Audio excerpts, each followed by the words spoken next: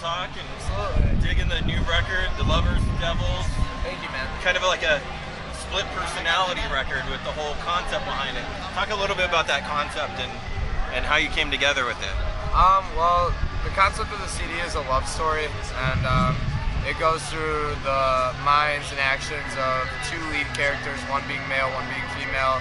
The CD starts out with the male character being like a obsessive, romantic, paranoid inside his head kind of guy, and the female is cold, distant, and really turned away by that kind of behavior. And midway through the CD, the resentment builds up. The guy character switches into basically at the halfway point of the CD, the roles reverse, and the guy turns into the cold, distant, and the girl realizes, oh shit, I fucked up, it's too late, and tries to be like the lover.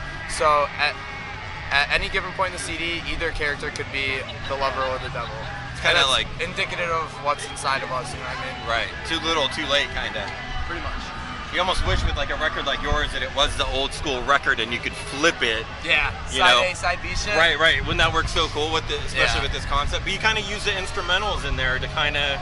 Is that kind of changing the tide Yeah. with those instrumentals? Definitely. The first two kind of made sense, but then there's like a third one. Is that kind of like to wrap it up, kind of? What do you mean? The third instrumental? Oh, like the interludes and stuff? Yeah.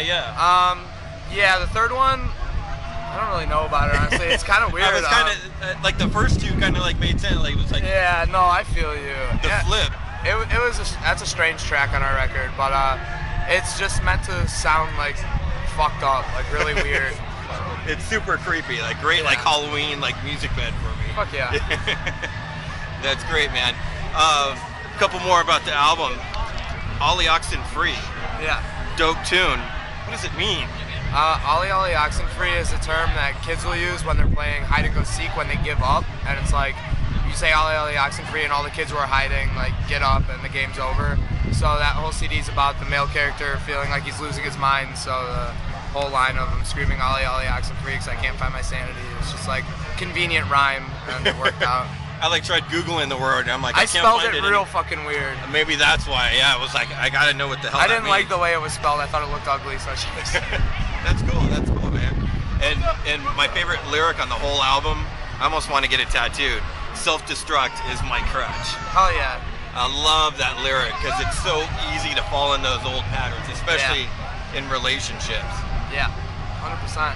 What's your favorite lyric on the album, or what stands out to you? What are you most proud of?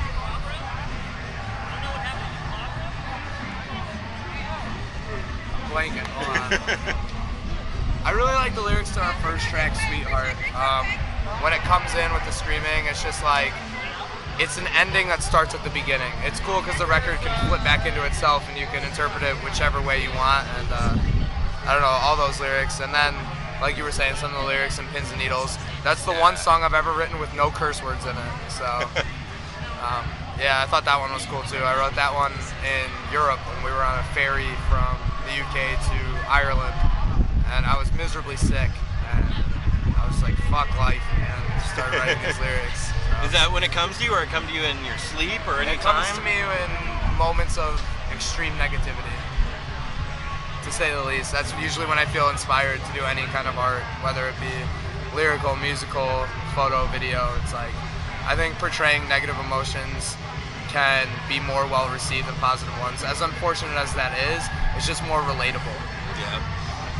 And it's all about the balance too. Yep. You gotta walk through every emotion, which your album does. And I love the tongue-in-cheek of it, like you said with the title "Sweetheart." It's like it's really supposed to be kind of ironic, you know? Yeah. That was kind of like well thought out to do such like a serious topic and people going through serious emotions, and then still kind of have that like twisted sense of humor to have these like funky song titles that you wouldn't expect. Man, really cool stuff. I really dig it. And are you gonna keep going with the concept albums? And I think so. That's been one of our goals since we started. I haven't really had any thoughts about the third one yet. All of our CDs are based on tarot cards. So our first one's the Death card, the second one's the Lover's card and the Devil card. What's interesting about it is that the two cards, the Lovers and the Devil, look exactly the same, except for instead of an angelic figure, there's a demonic figure, and in the Devil card, they're shackled together, the Lover and Devil. So I thought that they played really well into each other visually as well. yeah, I could really like almost see you know, more elements coming out, more like little sound effects, little interludes, like kind of putting together, you know, like a King Diamond where he's got the little like individual things going on, and you know, to tie in the story some more and stuff. Almost make a video out of it or a movie or something. Was there any, you know, I'm real curious. I'm coming up on 40, you're like half my age. But I'm curious to hear some of the bands that influenced you. Like, I'll tell you a sad but funny story. I'll never forget I was sitting at my friend's house, my buddy's house. We're watching MTV back in the day when they played videos. Yeah. And Poison, Fallen Angel comes on, and we look at each other and go, dude, let's start a band.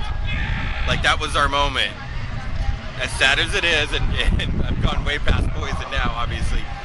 But I'm man enough to admit it. But did you ever have that moment where like it was like, oh, I gotta start a band, I gotta be in a band? Absolutely. Green Day was that band for me. Really? I was in 6th grade. Prior to that, I pretty much just listened to whatever my dad listened to, like oldies rock, stuff like that. It was either Green Day or Evanescence, one of the two. I love Evanescence to this day.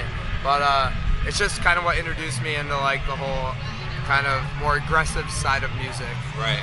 And yeah, I'll always remember hearing the CD Dookie for the first time by Green Day and being like, fuck, this is what I need to be doing. It's great that a CD, an album, is called Dookie on top of right? it all. I love it. You can appreciate that sense of humor of it. Exactly. And I imagine some Deftones. I get that Deftones vibe through. I like Deftones a lot. Like just the moodiness of it, like kind of like the schizophrenia, and that leads me into also too, one thing I really love about you is the vocals and all the different shades you kind of have. Thank you, man. You go from you have like 4 or 5 different voices, you know, the real deep to the singing to the melodic, and especially love the one where you're like losing your like you can feel like you're slipping, like I don't even know what the right word is for it, but I don't know either. I almost stopped screaming, and it's mostly just my regular voice. Like it's at the more emotional parts of like the record, I definitely do that more. Yeah, it's like you can tell your heart is on your sleeve and you are like breaking down and losing it in that moment. There's a period of time tracking The Love Is the Devil on the song Pocket Full of Posies where I actually started crying while I was recording it. Really? Yeah.